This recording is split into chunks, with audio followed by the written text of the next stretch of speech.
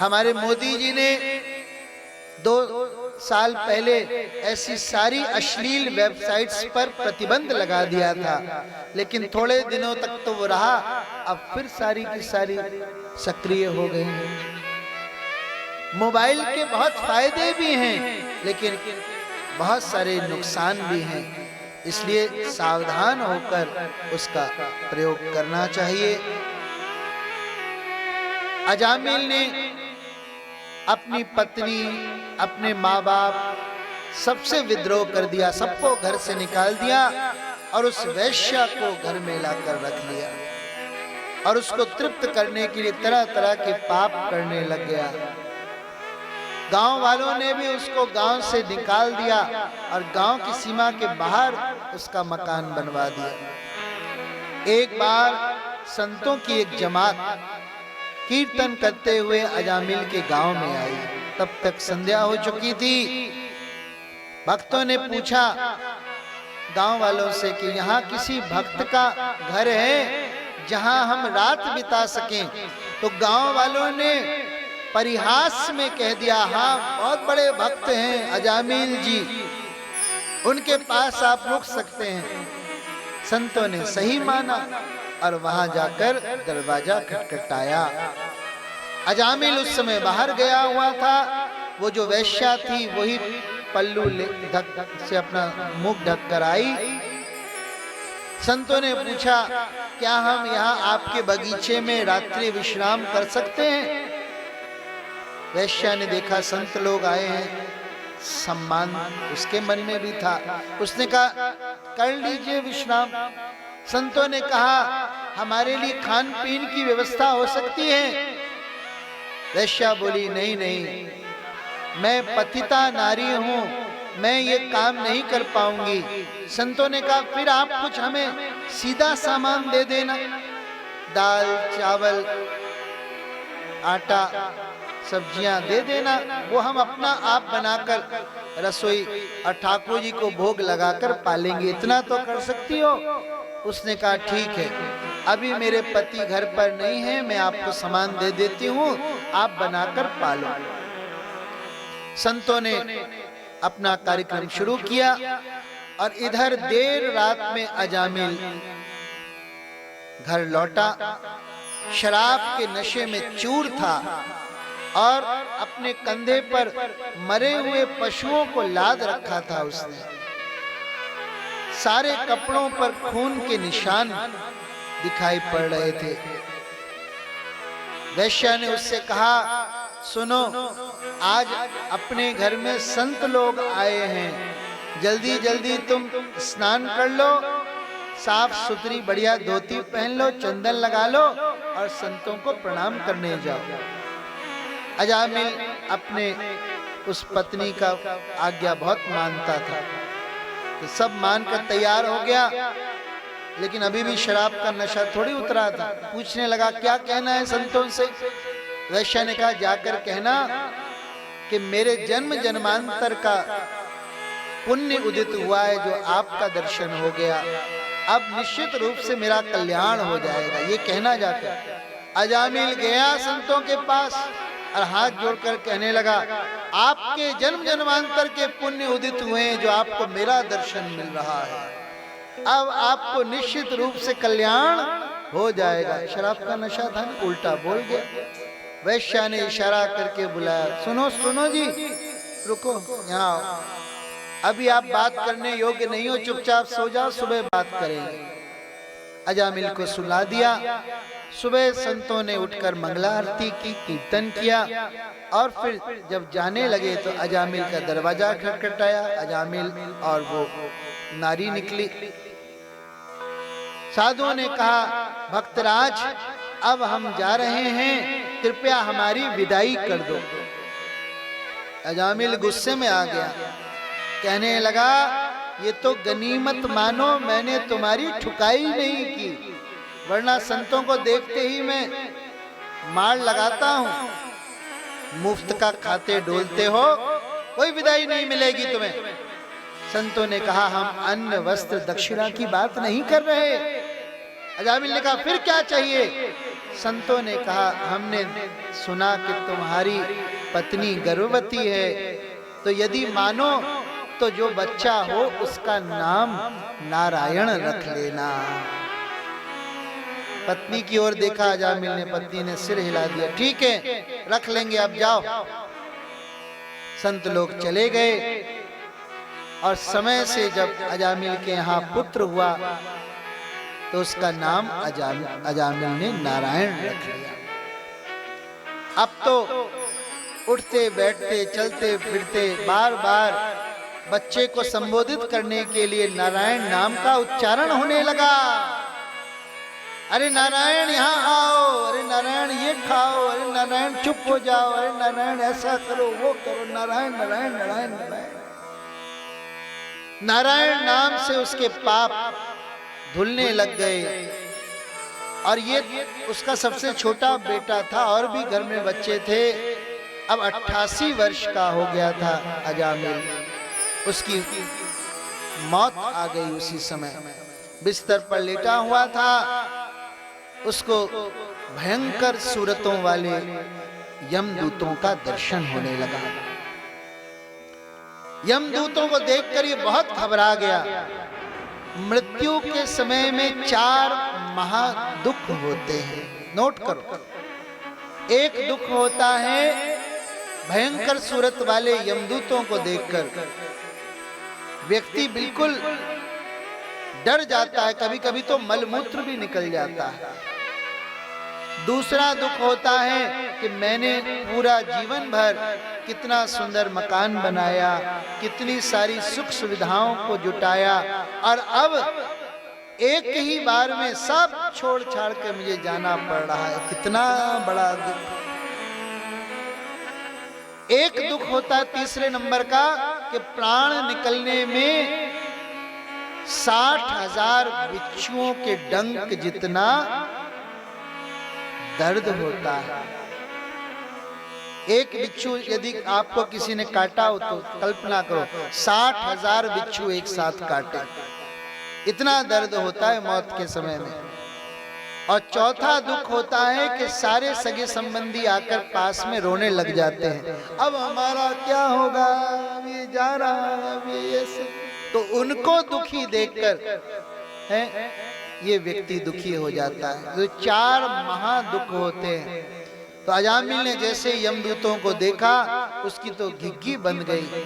किसी तरह उसने बचने के लिए अपने छोटे बेटे को बुलाया, पानी मंगाया, नारायण नारायण। और जैसे ही नारायण की पुकार लगाई उसी समय भगवान के दूत वहां प्रकट हो गए।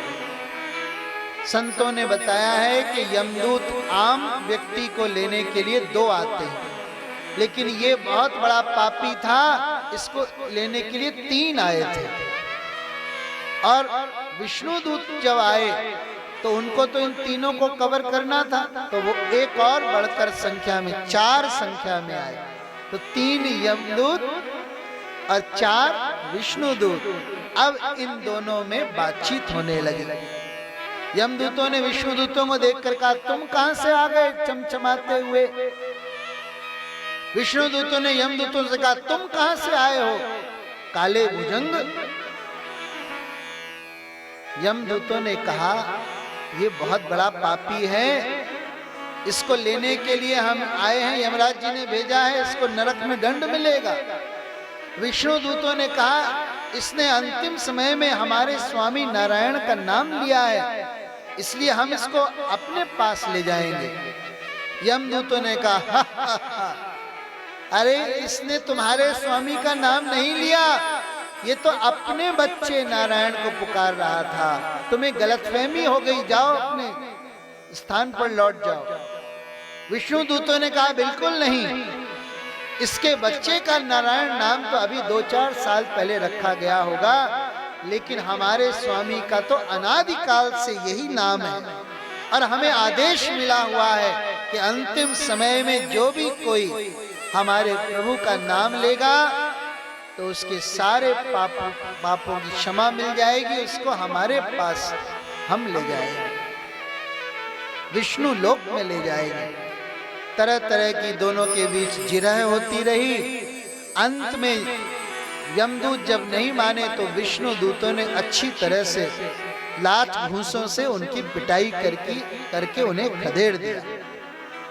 और उसके बाद विष्णु दूत भी अदृश्य हो गए। बेचारा अजामिल बिस्तर पर पड़े पड़े ये सब दृश्य देख रहा था। उसके मन में आया, मैंने तो सच में नारायण का नहीं अपने बच्चे का नाम लिया था, लेकिन फिर भी मुझे लेने के लिए विष्णु दूत आए। तो अगर मैं सचमुच में नारायण का ही नाम जपूं तो मुझे क्या फल मिल जाएगा। उसके मन में ये भाव आया और उसके बाद उसने घर संसार से विरक्ति लेकर हरिद्वार में जाकर 12 साल तक भजन किया और फिर वो मुक्त हो गया। बोलो अजामिल जी महाराज की जय। पापी पहले था, अब तो मुक्त हो गया, इसलिए जय करी जा सकती है उसकी। और इधर यमदूत खदेड़े गए और जाकर यमराज जी के पास उन्होंने गुहार लगाई, स्वामी स्वामी बचाओ बचाओ। यमराज जी ने कहा क्या हुआ? यमदूतों ने कहा पहले तो आप ये बताइए कि इस संसार के कितने स्वामी हैं? आप मृत्यु के स्वामी हैं और मृत्यु ही सब कुछ हरण करने वाली परम शक्ति है। क्या और भी कोई है आपके अलावा? यमराज जी ने कहा हुआ क्या ये बताओ। यमदूतों ने सारा वृत्तांत बता दिया कि नारायण नाम जप रहा था वो पापी, वहां विष्णु दूत आ गए, ऐसा हुआ। यमराज जी ने कहा ओहो नारायण, हाथ जुड़ गए उनके तुरंत। कहने लगे इस नाम को जोर जोर से यहां मत लो। यमदूतों ने कहा ऐसा क्या रहस्य है इस नाम में, आप भी ऐसा कह रहे हो? यमराज जी ने कहा ये मेरे स्वामी का नाम है। यहाँ पर नरक है, चारों तरफ पापी भरे पड़े हैं। अगर नारायण का नाम जोर जोर से लोगे तो इन सबका उद्धार हो जाएगा। फिर मैं कौन सा काम करूंगा? ये सब पापी यहाँ से छूट जाएंगे। नारायण नाम में अद्भुत शक्ति है और नारायण का तत्व केवल हम 12 लोग जानते हैं। स्वयंभू यानी ब्रह्मा जी, नारद जी, शंभु, 4 कुमार, कपिल, मनु जी, प्रहलाद, जनक, भीष्म पितामह, बलि, शुकदेव और मैं। हम 12 लोग ही नारायण का तत्व समझते हैं, बाकी कोई उसे ठीक से नहीं जानता। यमदूतों ने कहा तो फिर आप हमें अब दोबारा सही से बतला दीजिए कि हम किसको लेने जाया करें और किसको लेने न जाया करें। तब यमराज जी ने बहुत सुंदर श्लोक कहा, जिह्वा न वक्ति भगवत गुण नाम ध्येयम चेतस् न स्मरति तच्चरणारविंदम। नुकसान नहीं पहुंचा सकते।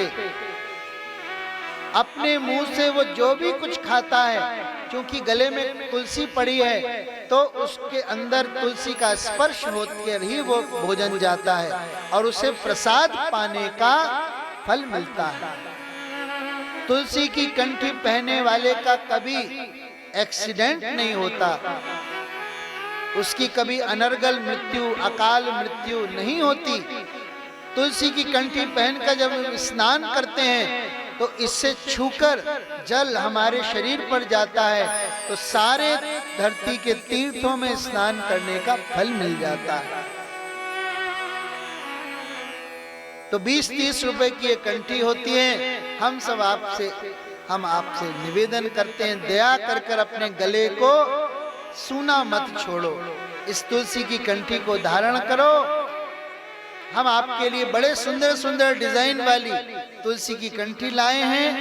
वो जो सामने पेड़ है उसके नीचे हमारी प्रचार सामग्री लगी हुई है। गोपी चंदन तिलक, भगवान का तिलक मस्तक पर धारण किया हुआ हो और तुलसी की कंठी पहना हुआ हो, ऐसा जीव कभी भी दुर्गति को प्राप्त नहीं होता। हमारे गुरुजी बताते थे 2 प्रकार के कुत्ते होते हैं, एक फालतू कुत्ता और एक पालतू कुत्ता, और उन दोनों में फर्क होता है केवल गले के पट्टे का। जिसके गले में मालिक का पट्टा होता है वो पालतू होता है, वरना फालतू होता है। फालतू कुत्तों को नगर पालिका के लोग पकड़ पकड़ कर अपनी वैन में ले जाते हैं, बोरी में बांध बांध कर, और या तो जंगलों में छोड़ आते हैं या गोली दाग कर खत्म कर देते हैं। लेकिन पालतू कुत्ते को कोई टच भी नहीं कर सकता, क्योंकि अगर पालतू कुत्ते को ले जाएंगे तो तुरंत मालिक आ जाएगा लड़ने के लिए। तो गले में एक भगवान के नाम का पट्टा जरूर पहन के रखो, ये तुलसी की कंठी। कबीर साहब कह रहे हैं, कबीरा कुता राम का मोतिया मेरा नाम, गले राम की जेवरी जित खेचे तित जान। ये गले में राम की जेवरी मैंने पहन रखी है, वो पकड़कर जहां ले जाएंगे वहां मैं जाऊंगा, मैं प्रभु का कुत्ता हूं।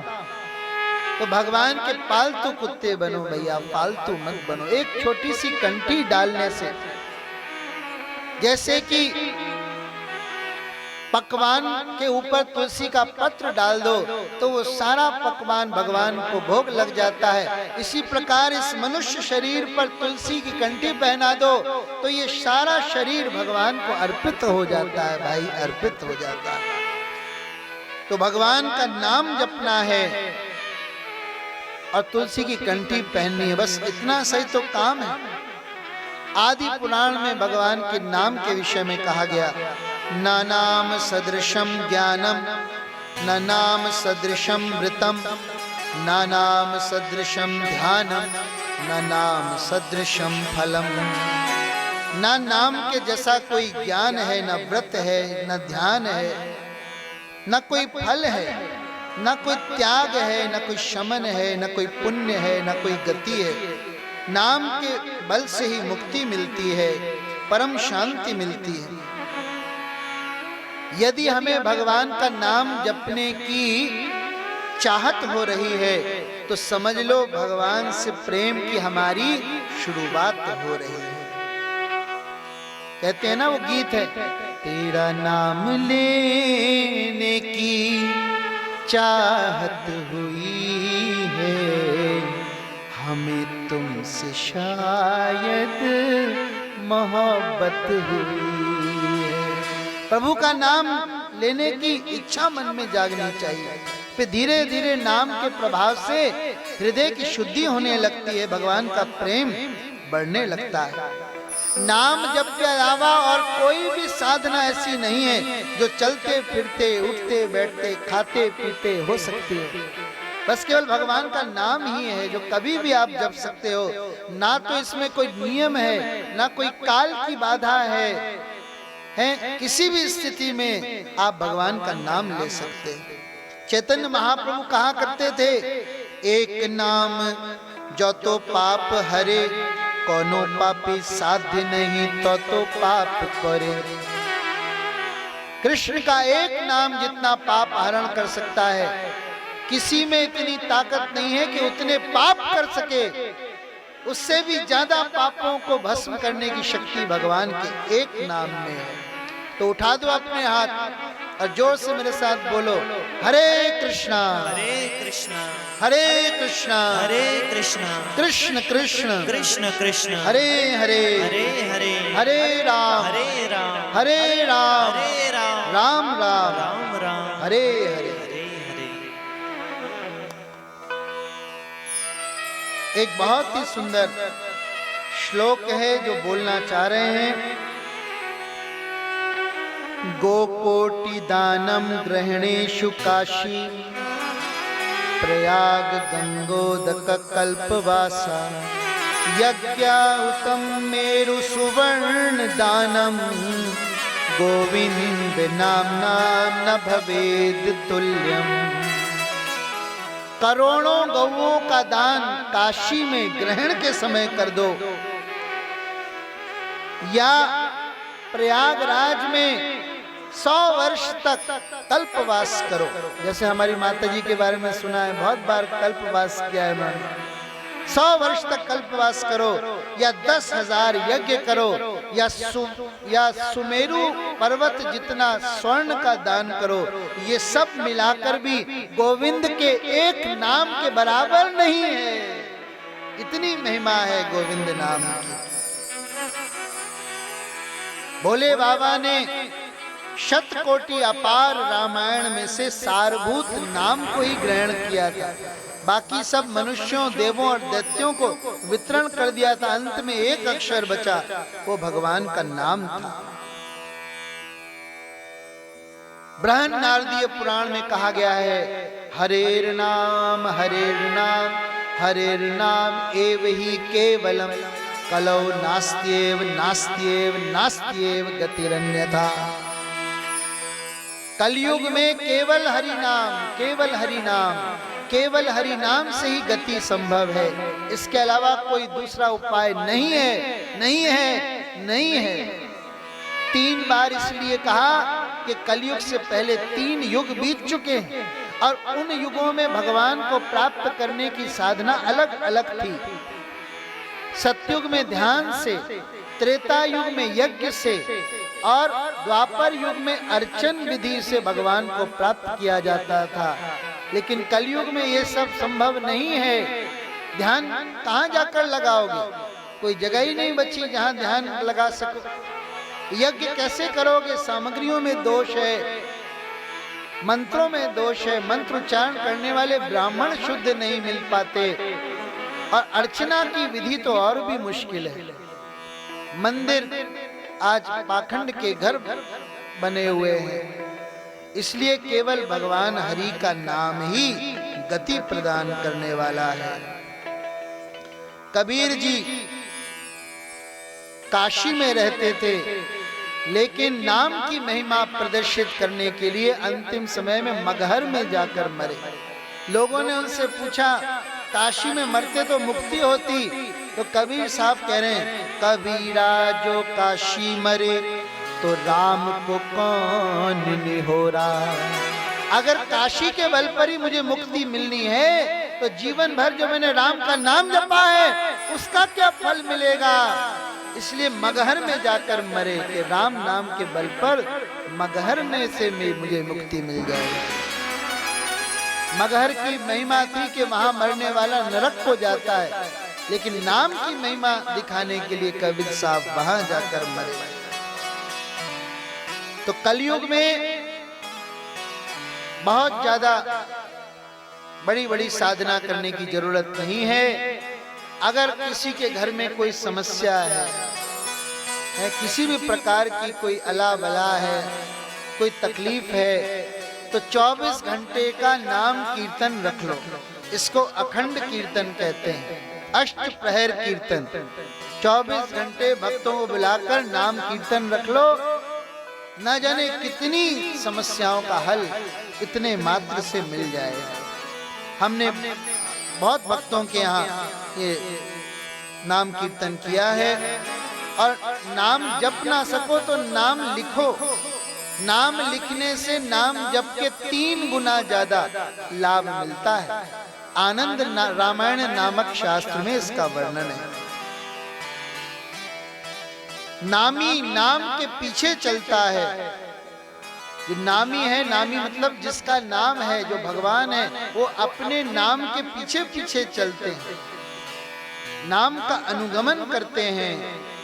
तुकाराम जी ने अपनी वाणियों में लिखा है कि जब कोई लेट कर भगवान का नाम जपता है तो भगवान उसके सिरहाने बैठकर नाम सुनते हैं। अगर कोई बैठकर नाम जपता है तो भगवान खड़े होकर उसका नाम सुनते हैं। अगर कोई खड़े होकर नाम जपता है तो भगवान नाच नाच कर सुनते हैं।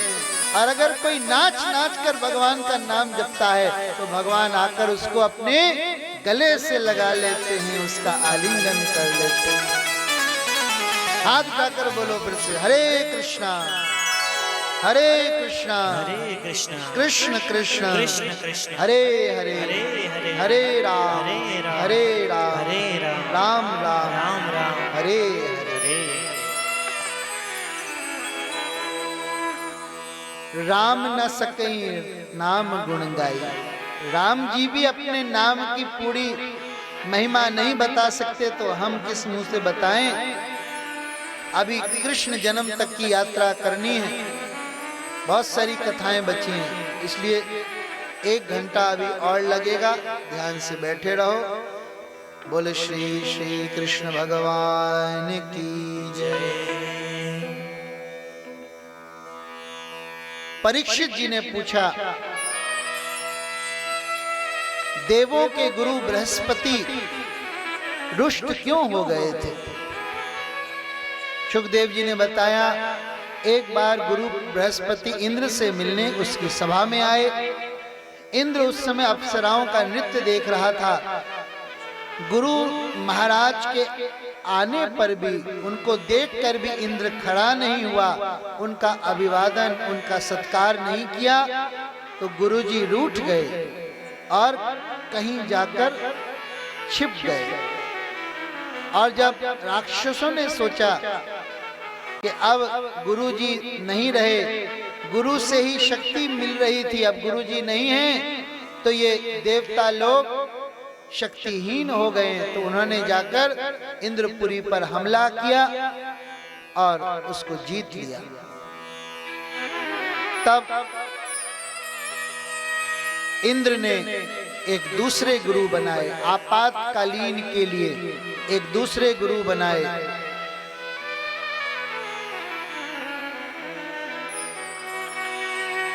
विश्वरूप। लेकिन जब विश्वरूप यज्ञ कर रहे थे तो चूंकि उनकी माताजी राक्षस कुल की थी, तो चुपके चुपके राक्षसों के नाम की आहुतियां भी डाल देते थे। इंद्र ने जैसे ही इसका पता लगा तो बहुत क्रोध में आ गया और अपने गुरु विश्वरूप जी का सर काट दिया। विश्वरूप जी ब्राह्मण थे, इसलिए इंद्र को ब्रह्म हत्या लगी। 4 भाग कर दिए ब्रह्म हत्या के, फिर भी ब्रह्म हत्या ने पीछा नहीं छोड़ा। विश्वरूप जी के पिता त्वष्टा ऋषि ने इंद्र को मारने वाला असुर प्रकट करने के लिए मंत्र पढ़ा, लेकिन मंत्र में थोड़ी सी चूक हो गई, तो इंद्र को मारने वाला ना होकर वो इंद्र द्वारा मरने वाला असुर बना और उसका नाम था वृतासुर। वृतासुर है तो असुर, लेकिन इसकी बुद्धि भगवान में पगी हुई है। बहुत सुंदर इसकी स्तुति है। 4 श्लोक हैं जिनमें वैष्णवों के धर्म, अर्थ, काम, मोक्ष का निरूपण किया गया है। उसका पाठ जो करता है उससे भगवान अत्यंत प्रसन्न होते हैं। और अब 6वां स्कंद पूर्ण हुआ। बोलिए सच्चिदानंद भगवान की जय। अब 7वें स्कंद में प्रहलाद जी की कथा है। परीक्षित जी ने पूछा, भगवान समदर्शी होकर फिर भी देवों का पक्ष क्यों लेते हैं? सुखदेव जी ने कहा, ऐसा नहीं है। भगवान तो कल्प वृक्ष की तरह है, जो भी जिस कामना से उनके पास आता है वैसे ही वो उससे मिलते हैं। देवों के पक्ष में ही नहीं, दैत्य पुत्र प्रहलाद के भी पक्ष में भगवान हो गए थे। अच्छा, तो उसकी कथा सुनाइए। सुखदेव जी ने कथा सुनाना शुरू किया कि हिरण्याक्ष के वराह भगवान द्वारा वध होने पर हिरण्यकशिपु भगवान विष्णु का बैरी बन गया। उसने त्रिलोक विजयी होने के लिए ब्रह्मा जी की तपस्या की। उसका शरीर कंकाल बनकर रह गया। ब्रह्मा जी आए, अपने जल को छिड़ककर उन्होंने हिरण्यकशिपु के शरीर को स्वस्थ किया। वरदान मांगने को कहा तो हिरण्यकशिपु ने क्या वरदान मांगे? सबसे पहले तो उसने कहा मुझे अमर बना दो। ब्रह्मा जी ने कहा अमर तो भैया हम भी नहीं हैं, तुम्हें कहां से बना दें। ब्रह्मा जी का एक दिन यानी 12 घंटे 432 करोड़ वर्ष के होते। इतने लंबे ब्रह्मा जी के 12 घंटे होते हैं। अब हिसाब से लगा लो कि ब्रह्मा जी की आयु कितनी होती होगी। लेकिन फिर भी ब्रह्मा जी कभी ना कभी तो मरते ही हैं। ब्रह्मा जी ने कहा ये अमरता का वरदान मैं नहीं दे सकता। तब हिरण्यकशिपु ने दाएं बाएं तरीके से वरदान मांगे। ना मैं ऊपर मरूं, ना नीचे मरूं, ना सुबह को मरूं, ना शाम को मरूं, ना अस्त्र से मरूं, ना शस्त्र से मरूं, ना पशु से मरूं, ना नर से मरूं। यहाँ तक कि उसने वरदान मांग लिया कि मैं 12 महीनों में किसी महीने में ना मरूं। और उसके बाद तो उसने तीनों लोकों पर विजय प्राप्त की। स्वर्ग में विश्वकर्मा जी से महल बनवाया और सदा मदिरा पिया हुआ वहां रहता था। सारे शुभ कर्म उसने बंद करवा दिए। केवल अपना ही गुणगान करवाता था। केवल ब्रह्मा विष्णु महेश उसके आतंक से बचे हुए थे, बाकी सब प्रभावित थे। यहाँ तक कि नारद जी भी जब उसकी सभा में जाते थे तो हाथ उठाकर कहते थे बोलिए हिरण्यकशिपु भगवान की। अरे आप क्यों हाथ उठा रहे हैं? नारद जी को ऐसा करना पड़ता था, हिरण्यकशिपु की जय करनी पड़ती थी। हम लोग थोड़ी उसके पक्ष वाले।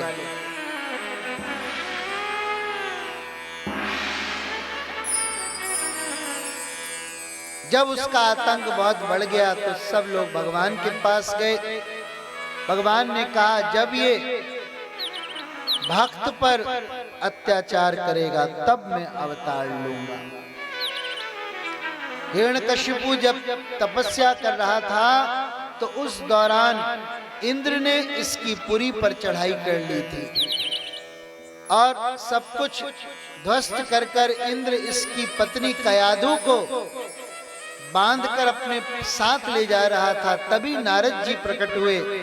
उन्होंने कहा इस कयाधु के पेट में भगवान का बहुत बड़ा भक्त है, इसलिए इसको मेरे पास दे दो। और नारद जी कयाधु को अपने आश्रम में ले आए और वहां पर आश्रम के संगति में उसको रखा। तो पेट में से अंदर अंदर से ही प्रहलाद जी ने सारे शुभ कर्म सीख लिए, भगवान की सारी कथाएं सुन ली, पराभक्ति का ज्ञान ले लिया। और नारद जी ने उसके गर्भ को रोक कर भी रखा, क्योंकि 100 वर्षों तक तपस्या करने गया था हिरण्यकशिपु। नारद जी ने गर्भ को रोक कर रखा और जब हिरण्यकशिपु लौट कर आया तब कयाधु को वापस कराया। तो नारद जी में जन्म के पहले ही भक्ति के संस्कार थे। कैसे थे नारद जी? वो प्रहलाद जी कश्चित रुदति वैकुंठ चिंता शबल चेतना, कश्चित हसति तच्चिन आह्लाद उद्गायति, कश्चित नदति कश्चित उत्कंठो विलज्जो नृत्याति, कश्चित कचित तद भावना युक्तम तन्मवो नुचकारा। कब हूँ हसे रोवे कब हूँ नाचत करी गुणगान, नारायण तन सुधी नहीं लगयो प्रेम को बाण। प्रहलाद जी की भगवान में नैसर्गिक की रति थी। हिरण्यकशिपु ने उनको गुरु शुक्राचार्य के 2 पुत्रों को सौंप दिया, षंड और अमर, और कहा जाओ मेरे बेटे को लेकर इसको राक्षसी विद्याओं में निपुण करो। षण्डमर को राक्षसों के गुरुकुल में ले गए, प्रहलाद जी को पढ़ाई करवाने लगे। गर्मियों की छुट्टियों में जब प्रहलाद जी अपने पिता के पास आए तो उसको अपने गोद में बैठाकर सिर पर हाथ फेराते हुए हिरण्यकशिपु ने पूछा, बेटा पढ़ी हुई कोई अच्छी बात बताओ। प्रहलाद जी ने क्या कहा, तत्साधु मन्य सुरवर देहिनाम सदा समुद्विग्न धियाम असद्ग्रहा हित्वात्मपातम ग्रहमंद कूपम वनम गतो यद हरिमाश्रयेत। मैंने सीखा है कि इस मनुष्य देह में कोई ना कोई उपद्रव होता ही रहता है, मन अशांत रहता है, इसलिए घर गृहस्थी की आसक्ति को छोड़कर व्यक्ति को वन में जाकर और भजन करना चाहिए। हिरण्यकशिपु ने कहा, क्या ये सीखा है तूने गुरुकुल में? एक धक्का दिया और गुरु पुत्रों की ओर देखा, तुमने ये सिखाया इसको? गुरु पुत्र थर थर कांपने लगे, नहीं नहीं महाराज, हमने नहीं सिखाया। अच्छा फिर कोई घुसपैठिया है, कोई हरि का प्रचारक है जो आकर इसको सिखाता है? नहीं महाराज, ऐसी भी कोई बात नहीं है, ले जाओ उसको मेरी आंखों के सामने से और दोबारा पढ़ाई करा के लाओ। फिर 6 महीने बाद छुट्टियां पड़ी, फिर प्रहलाद जी आए, फिर हिरण्यकशिपु ने उसको गोद में बैठाकर सिर को सहलाते हुए पूछा, बेटा अब बताओ तुमने कोई अच्छी चीज सीखी हो तो? प्रहलाद जी ने सोचा ये अच्छी चीज सुनने को कह रहा है लेकिन सुनना गंदी चीज चाहता है, लेकिन मैं तो अच्छी चीज सुनाऊंगा। तो प्रहलाद जी ने इस बार नवधा भक्ति का उपदेश दे डाला। श्रवणम कीर्तनम विष्णु स्मरणम पाद सेवनम अर्चनम वंदनम दास्यम साख्यम आत्मनिवेदनम। हरि की भक्ति 9 प्रकार से करनी चाहिए। अब तो हिरण्यकशिपु आग बबूला हो गया। देखो भक्ति को अगर रोकोगे तो भक्ति और बढ़ेगी। अगर हिरण्यकशिपु नहीं होता तो प्रहलाद की महिमा इतनी नहीं होती। इसलिए जब भी देखो कि हमारे भक्ति मार्ग में विरोध हो रहा है तो समझ लो कि अब प्रगति तेजी से होने वाली है। पहले एक बात बताई थी प्रहलाद जी ने, अब की बार 9 बातें बताई, भक्ति और बढ़ गई। हिरण्यकशिपु ने आदेश दे डाला, इसको किसी भी तरह से मार डालो, ये मेरे बैरियों के दल में चला गया है, अब इसकी मुझे कोई आवश्यकता नहीं। और हम सब जानते हैं कि प्रहलाद को मारने के लिए अलग अलग ढंग अपनाए गए, लेकिन प्रहलाद जी किसी भी तरह से नहीं मरे। गीता में भगवान ने आत्मा के लिए कहा है कि आत्मा न कभी मरती है, आत्मा न कभी सूखती है, न तो आत्मा कोई कष्ट पाती है। लेकिन यहाँ तो प्रहलाद जी का शरीर ही आत्मा जैसा हो गया था, आत्मा के गुण शरीर में आ गए थे। संतों ने विवेचन कर कर बताया है कि प्रहलाद जी की दृष्टि भगवान में लग चुकी थी। उनको कण कण में प्रभु का दर्शन होता था। तो जब भालों से उनको मारने का प्रयास किया गया तो भालों में भी उनको भगवान का दर्शन हुआ। अब भगवान अपने भक्त को थोड़ी मारेंगे। मतवाले हाथियों के पैरों तले रौंदने को बुलाया गया, प्रहलाद जी को उन हाथियों में भी भगवान के दर्शन हुए। अब भगवान अपने भक्त को थोड़ी मारेंगे। पर्वत की चोटी से नीचे फेंक दिया गया, लक्ष्मी जी ने गोद में ले लिया। जहर दिया गया, वो जहर भी अमृत बन गया। हिरण्यकशिपु की बहन होलिका, उसको ब्रह्मा जी का वरदान था कि वो आग में नहीं जलेगी। वो आग के अंदर बैठी प्रहलाद जी को लेकर, लेकिन वो जल मरी। अब प्रहलाद जी साफ साफ बच गए। उसी के बाद होली का उत्सव मनना शुरू हो गया। जब किसी तरह से भी प्रहलाद नहीं मरे, तब हिरण्यकशिपु ने गुरु पुत्रों की तरफ देखा। गुरु पुत्रों ने कहा, महाराज एक और अवसर दे दीजिए, अब की बार आखिरी प्रयास करके देखते हैं, ये सुधर जाएगा, अभी बच्चा है। गुरु पुत्र प्रहलाद जी को ले गए और किसी काम से वो लोग बाहर गए हुए थे। प्रहलाद जी ने सारे मित्रों को एकत्रित किया और उनसे कहने लगे, देखो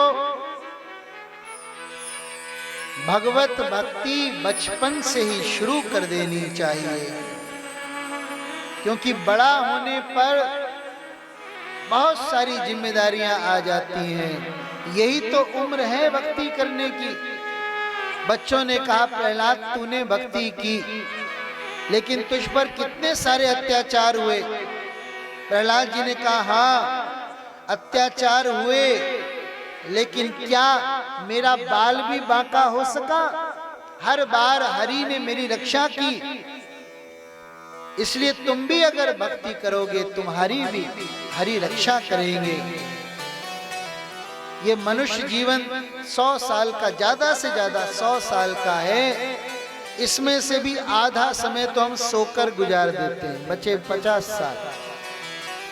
50 में से शुरुआत के 15-20 साल तो लड़कपन में बीत जाते हैं, खेल कूद में बीत जाते हैं, वो 20 साल भी हटाओ। और जीवन के अंतिम 20 साल भी बुढ़ापे में बीत जाते हैं, तब भी भजन नहीं होता, वो 20 साल हटाओ। अब रह गए 10 साल। 10 साल में भी खाना है, पीना है, कर्म करना है, नहाना है, धोना है, तमाम चीजें हैं। तो बताओ 100 वर्ष के जीवन में भक्ति का समय मिला ही कब? सारा जीवन इसी में बीत गया।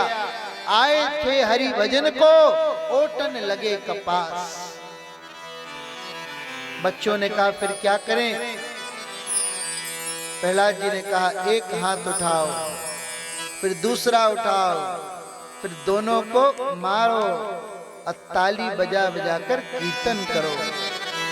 मैं डंके की चोट पर कहता हूं, तुम्हारा कोई भी कुछ बिगाड़ नहीं पाएगा। हरि हमारी सबकी रक्षा करेंगे। मैं कहता डंके की चोट पर, मैं कहता डंके की चोट पर, ध्यान से सुनियो लाला अपना, हरि है 1000 हाथ वाला, ओ दीन दयाला, हरि है 1000 हाथ वाला। क्या कहना समरस प्रभु जी का, क्या कहना समरस प्रभु जी का, क्या से क्या हो डाला अपना, हरि है 1000 हाथ वाला, ओ दीन दयाला, हरि है 1000 हाथ वाला। कौन बटोरे कंकड़ पत्थर, जब हो हाथ में हीरा, जब हो हाथ में हीरा। कंचन सदा रहेगा कंचन, और कथीर कथीरा, और कथीर कथीरा। साच के आगे झूठ का निकला,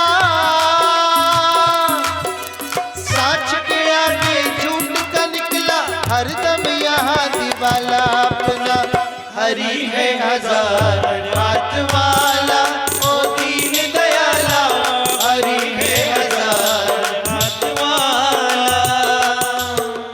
कोई झुका नहीं सकता जग में अपने प्रभु का झंडा, अपने प्रभु का झंडा। जो उसको छेड़ेगा उसके सिर पर पड़ेगा डंडा,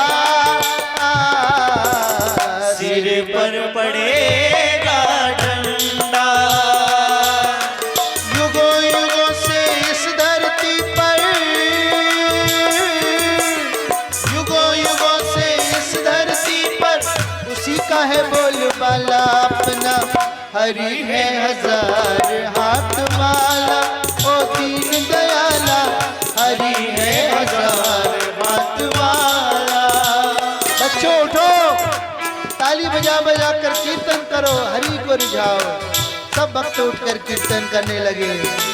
हरे कृष्णा कृष्णा कृष्णा हरे हरे, हरे राम राम राम हरे हरे, हरे कृष्णा कृष्णा कृष्णा हरे हरे, हरे राम राम राम हरे हरे। हरे कृष्णा कृष्णा कृष्णा हरे हरे, हरे राम राम हरे हरे। हरे कृष्णा कृष्णा हरे हरे, हरे राम राम हरे हरे। गुरु पुत्र सब जब बाहर से गुरुकुल में आए तो देखा, अरे यहाँ तो प्रहलाद ने अपनी मंडली बना दी है पूरी। अब तो सब मिलकर कीर्तन कर रहे हैं। भागे भागे हिरण्यकशिपु के पास जाकर बोले, महाराज अनिष्ट हो गया। वो अभी तक एक था, अब उसने अपने जैसे न जाने कितने पैदा कर दिए। और ऐसा ही होता है, किसी भी गांव में, किसी भी शहर में बस एक भक्त पैदा हो जाए, फिर वो अपने संस्पर्श से भक्तों की लाइन लगा देता है, भक्त मंडल बना देता है। सब मिलके कीर्तन कर रहे थे। हिरण्यकशिपु ने किसी सैनिक को भेजा, बुलाकर लाओ उस लड़के को मेरे पास। लेकिन सैनिक वहां जाकर कीर्तन देखता तो वो भी मशगूल हो जाता। सैनिक भी नृत्य करने लगता, ताली बजाने लगता। हरे कृष्णा कृष्णा कृष्णा हरे हरे, हरे राम राम राम हरे हरे। हरे कृष्णा कृष्णा हरे हरे, हरे राम राम हरे हरे। हरे कृष्णा कृष्णा कृष्णा हरे हरे, हरे राम राम हरे हरे। हरे कृष्णा कृष्णा हरे हरे, हरे राम हरे हरे। दूसरा सैनिक भेजा, तीसरा सैनिक भेजा, जिसको भेजो वही वहां पर रम जाए। तो आखिर में हिरण्यकशिपु खुद भागकर चल कर आया। और जैसे ही बच्चों ने हिरण्यकशिपु को खड़े हुए देखा, सबकी कीर्तन धुन थम गई। प्रहलाद जी तो अपनी समाधि अवस्था में थे, आंख बंद कर कर भजन गा रहे थे। उन्होंने पूछा, क्या हुआ, कीर्तन बंद क्यों कर दिया? बच्चों ने इशारा किया, उधर देखो कौन खड़ा है। प्रहलाद जी ने पीछे देखा, पिताजी खड़े थे और हिरण्यकशिपु ने प्रहलाद जी का बाल पकड़ा और झोंटा खींच कर पकड़कर और दरबार में ले आए। बता दुष्ट, मेरा विरोध करने की शक्ति तुझे कहां से मिलती है? प्रहलाद जी ने कहा, पिताजी, जहां से आपको मुझ पर अत्याचार करने की शक्ति मिलती है, वहीं से मुझको भी विरोध करने की शक्ति मिलती है। हम दोनों का पावर हाउस एक है। अच्छा बता, तेरा ये भगवान आखिर है कहां? प्रहलाद जी ने कहा, ये पूछिए कि कहां नहीं है। सब बातों का उल्टा उत्तर दे रहे थे। ये पूछो कि कहां नहीं है। हिरण्यकशिपु ने कहा, मुझको तो नहीं दिखता। प्रहलाद जी ने कहा, आपके आंखों में मोतिया बिंद हुआ है, उसका ऑपरेशन करा लीजिए तो आपको भी मेरी तरह दिखने लगेगा। हिरण्यकशिपु पागल हो गया गुस्से से और जाकर उसने खंबे पर अपनी तलवार मारी। सब जगह है तो क्या इस खंबे में भी है? प्रहलाद जी ने कहा, बिल्कुल खंबे में भी है। और संत लोग कहते हैं, भगवान कहाँ? जहां भक्त की हाँ। भगवान कहाँ? जहां भक्त की हाँ। भक्त जिधर भी इशारा कर दे कि यहाँ प्रभु है, भगवान को उसी जगह से आविर्भूत होना पड़ता है। तो प्रहलाद जी ने कह दिया खंबे में भी है, तो भगवान को खंबे में से ही प्रकट होना पड़ा। खंबा विदीर्ण हो गया और उसके अंदर से भगवान की गर्जने की आवाजें आने लगी। इतनी जोर जोर से गर्जना हो रही थी कि हिरण्यकशिपु को पहली बार पता चला कि डर किसको कहते हैं। अभी तक तो दूसरों को डरा रहा था, लेकिन पहली बार पता चला डर किस चिड़िया का नाम है। भगवान नरसिंह देव ने हिरण्यकशिपु को पकड़ा और भयंकर युद्ध शुरू हो गया। कभी पकड़ते, कभी छोड़ते, कभी पकड़ते, कभी छोड़ते। सब देवी देवता भी अपना अपना विमान लेकर ये दर्शन करने आ गए। देवताओं ने कहा प्रभु इसके साथ ज्यादा खिलवाड़ मत करो, इसको मारो। ठाकुर जी ने कहा इसको ब्रह्मा जी के वरदान प्राप्त हैं, उन सब वरदानों की रक्षा करते हुए मुझे मारना पड़ेगा। इसने वरदान लिया है ना सुबह मरेगा ना रात को मरेगा, तो मैं शाम होने का इंतजार कर रहा हूँ। और जैसे ही संध्या बेला आई, ठाकुर जी ने हिरण्यकशिपु के आसन को खींचकर द्योड़ी पर रखा। इसने कहा था ना आगे मरूं ना बाहर मरूं, तो बीच में रखा और हिरण्यकशिपु को अपने गोद में लिटा लिया और उसका हृदय फाड़कर अंतड़ियां निकालकर ठाकुर जी ने अपने गले में पहन ली। हिरण्यकशिपु ने कहा मैंने तो वर मांगा था ना पशु से ना और ना नर से मरूंगा। ठाकुर जी ने कहा देख ले, मैं ना नर हूं ना पशु हूं, मैं दोनों का संयुक्त रूप हूं। और देख कोई शस्त्र भी मैंने इस्तेमाल नहीं किए, अपने नाखूनों से तुझको मारा है। और वो जो महीना था ना वो भी 12 महीनों में से अलग 13वां महीना था, जिसको आप लोग लौंद का महीना या अधिक मास या पुरुषोत्तम मास कहते हो, हैं? मल मास भी कहते हैं। भगवान ने 13वां महीना सृजन किया और हिरण्यकशिपु को ठाकुर जी ने ठिकाने लगा दिया। अंतड़ियों की माला क्यों पहनी? ठाकुर जी ने सोचा कि मैं सामने आया हूं तो इसको पुष्प माला से मेरा स्वागत करना चाहिए था। इसने तो नहीं किया, तो चलो मैं अंतड़ियों की माला खुद पहन लूं। दूसरा कारण था, भगवान ने सोचा इन्हीं अंतड़ियों से होकर प्रहलाद जैसा महाभक्त जन्मा है, तो ये अंतड़ियां भी वंदन के योग्य हैं, पूजा के योग्य हैं, इनको नीचे नहीं गिराना चाहिए। अपनी गर्दन में पहन लिया ठाकुर जी ने। अगर पशु और नर दोनों का मिला हुआ रूप धारण करना ही था तो उल्टा भी तो कर सकते थे, ऊपर से नर बन जाते, नीचे से शेर बन जाते। लेकिन ठाकुर जी ने सोचा मुझे दोनों प्रकार से इसको प्यार करना है। किसको? प्रहलाद जी को। तो नर अपने बच्चे को प्यार करता है गोदी में बैठा कर, और शेर अपने बच्चे को प्यार करता है चाट चाट कर। तो भगवान प्रहलाद जी को अपनी गोद में भी बैठाना चाहते थे और चाटना भी चाहते थे।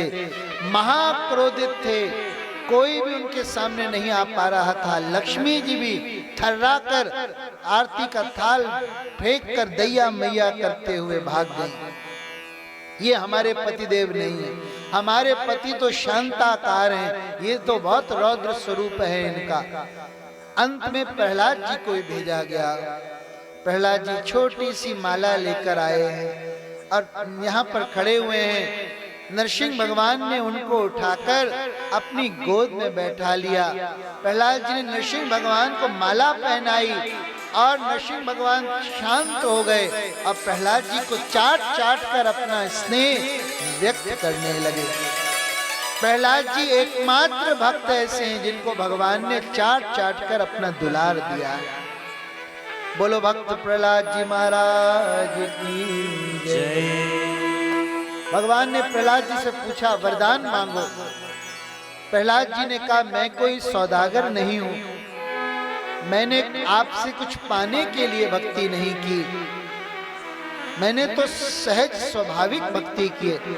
ठाकुर जी ने कहा फिर भी मेरी लाज रखने के लिए कुछ मांग लो भगवान, वरना लोग कहेंगे भगवान आए और कुछ देकर भी नहीं गए। तब प्रहलाद जी ने मांगा। उन्होंने सोचा कि बार बार भगवान मांगने को कह रहे हैं तो मेरे हृदय में कहीं ना कहीं कोई कामना इनको दिख रही होगी। तो प्रहलाद जी ने कहा कुछ ऐसा कीजिए कि मेरे अंदर से कुछ मांगने की इच्छा सदा सर्वदा के लिए नष्ट हो जाए, ये वरदान मांगा। भगवान ने बहुत कहा कि कुछ और मांग लो। प्रहलाद जी ने कहा हमारे पिताजी को मुक्त कर देना। इन्होंने मुझ पर बहुत अत्याचार किए।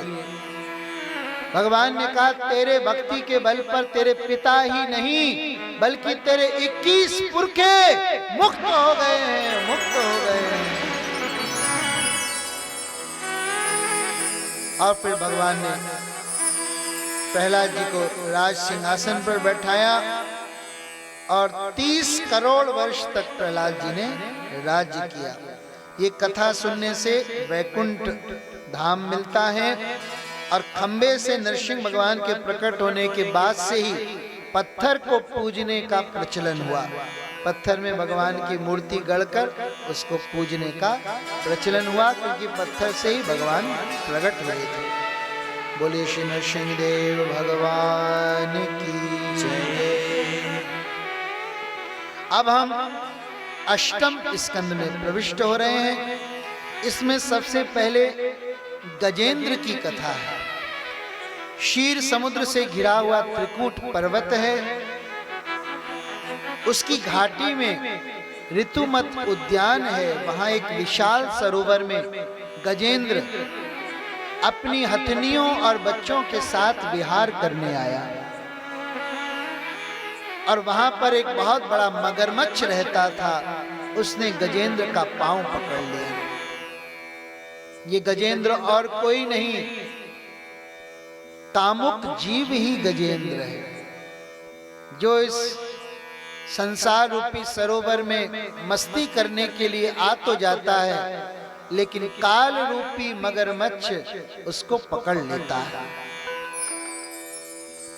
जब काल की मार पड़ती है ना, जब बुढ़ापा करीब आता है, तो सबसे पहले पैर खराब होते हैं। पैर पे तो सबसे पहले संकट आता है। चलना फिरना है मुश्किल हो जाता है, गठिया हो जाती है, पैर घुटने खराब हो जाते हैं। तो पैर पकड़ा मगरमच्छ ने गजेंद्र का। बहुत कोशिश की उसने छुड़ाने की, नहीं छूटा। हथनियों और बच्चों ने भी श्रृंखला बनाकर खींचना प्रारंभ किया, लेकिन फिर भी हाथी नहीं छूट पाया। मगरमच्छ तो जल का जीव था, जल में ही था, तो उसकी शक्ति बढ़ती रही। और गजेंद्र पृथ्वी का जीव था, जल में था, इसलिए उसकी शक्ति खत्म होती रही। अंत में जब नाक और कान भी डूबने लगे, जब और कोई सहारा नहीं दिखा, तब उसको पिछले जन्म की याद आ गई। पिछले जन्म में वो इंद्रद्युम्न नाम का एक राजा था। राज्य छोड़कर पर्वत पर तपस्या कर रहा था। अगस्त मुनि के आने पर उनकी अगवानी नहीं की थी, बैठा ही रहा, तो अगस्त मुनि ने शाप दे दिया था, जा तू हाथी बन जा। तो पिछले जन्म की बात याद आ गई, पिछले जन्म की हुई भक्ति याद आ गई। यही तो भक्ति की महिमा है।